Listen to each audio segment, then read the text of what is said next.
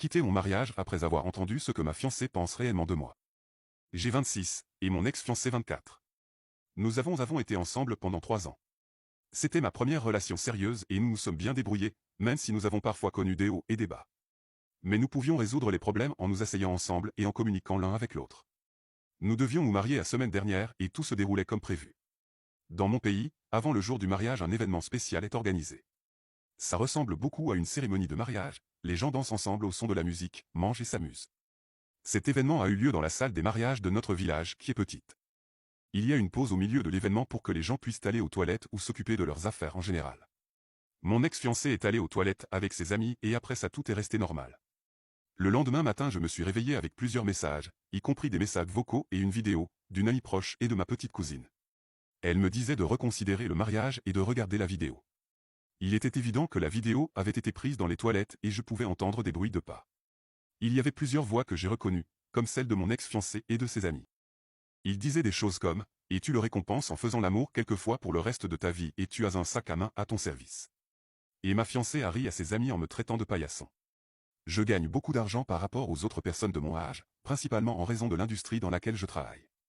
À un moment donné, elles ont commencé à parler des robes des membres de la famille et après avoir critiqué la robe de ma mère, ma fiancée a dit ce qui suit « Elle est folle comme toujours, elle marche à peine lol. » Je précise que ma mère souffre de troubles psychologiques, mais qu'en raison des médicaments qu'elle prend, elle a l'air tout le temps endormie et son temps de réponse est plus lent que celui des autres personnes.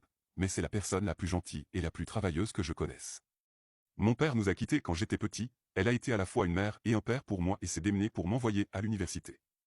Après avoir regardé la vidéo plusieurs fois pour m'assurer que je ne rêvais pas, j'ai appelé mon ami et ma cousine pour confirmer les faits. Apparemment elles ont dit des choses encore plus horribles, mais mon ami a commencé à enregistrer au milieu de la conversation et ma petite cousine a confirmé avoir entendu des choses elle aussi. J'en ai parlé à ma sœur aînée et à un ami venant de l'étranger. Ma sœur était tellement en colère que j'ai à peine pu l'empêcher d'aller voir mon ex-fiancé et de la battre. Je lui ai dit que je m'en occuperais mais que je ne savais pas trop comment. Je ne sais pas pourquoi, mais je voulais y réfléchir davantage. Les préparatifs du mariage se sont déroulés pendant la journée et le soir, la cérémonie de mariage a commencé. Il y avait plus de 300 personnes et tout le monde semblait s'amuser, sauf moi. Je n'étais pas à ma place, je n'arrêtais pas de penser à ma vie, à mes objectifs, à ce que je voulais faire. Quand est venu le moment de la promesse de mariage, mon ex-fiancé a répondu oui.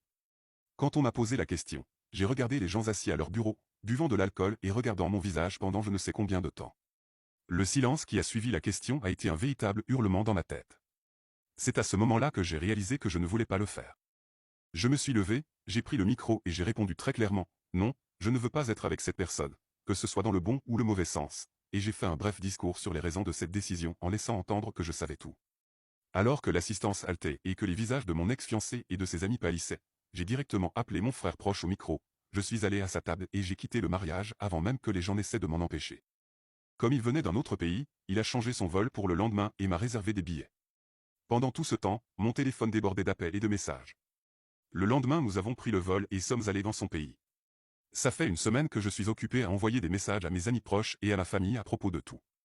Le mariage m'a coûté une bonne somme d'argent. Et j'ai entendu dire que mon ex-fiancé perdait encore la boule. Je peux rester 90 jours dans le pays où je me trouve sans visa spécial, mais je ne sais pas trop quoi faire après. Ce sera difficile une fois que je serai rentré, car le village dans lequel je vis est petit et tout le monde se connaît. En fin de compte je crois que j'ai bien fait de ne pas aller de l'avant, mais j'ai complètement perdu confiance en moi et je ne crois pas que je me remettrai un jour dans une relation. Quelque chose en moi s'est brisé. Je l'ai senti.